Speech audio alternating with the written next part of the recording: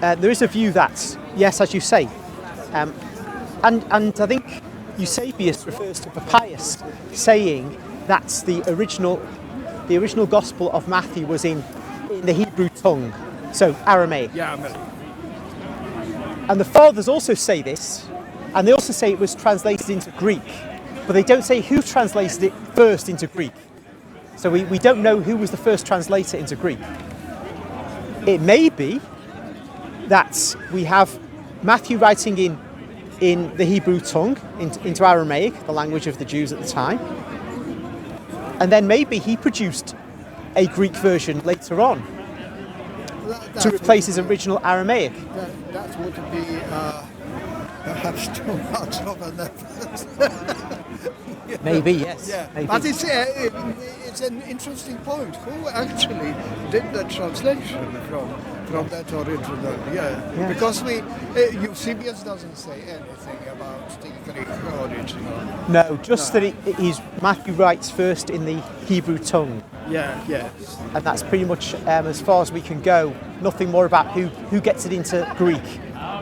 But we can be confident from the fathers and the Greek manuscripts that have come down to us that it's a very consistent manuscript. You see, if you take, if you had an early manuscript that deviates a great deal from other early manuscripts, this would be evident in the early material. You'd see wide deviations. But in fact, all the early manuscripts of the Gospels are very consistent. Very consistent. So I think that it's another reason for confidence in the authenticity of the earliest manuscripts. It's like copyists can make little mistakes, that's fine, and they do, and we see them through the texts. But major mistakes aren't really there. They're not there in those early manuscripts. So, yes, it's part of the inspiration, perhaps, that they were clear of mistakes, and also the copies, if they were professional ones, they were very professional indeed. I speak from the experience of those copies of the Old Testament, Masoretes. Yes, they counted every single dot and every single curve. Oh, here's another point about copies. Yeah. The view is often, there was a copy made, it falls into disuse, it becomes torn and is unusable, illegible. Another copy is made, and so on. And copies are made.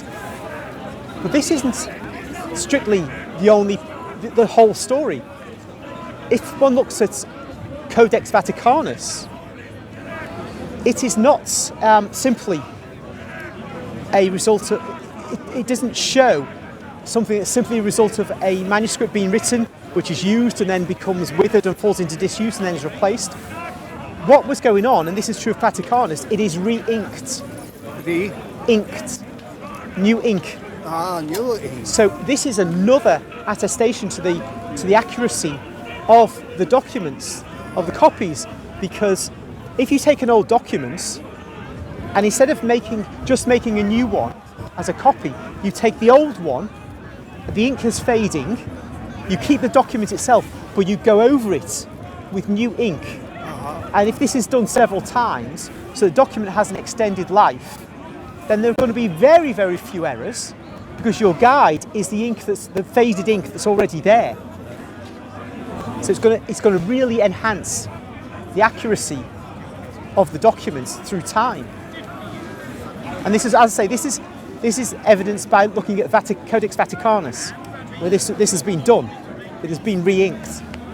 I think it was re-inked in the 7th century, or no, maybe in the 9th century. Not quite sure exactly when. Some centuries after it was originally written. Well, there are quite a number of those codices, isn't it? Sinaiticus.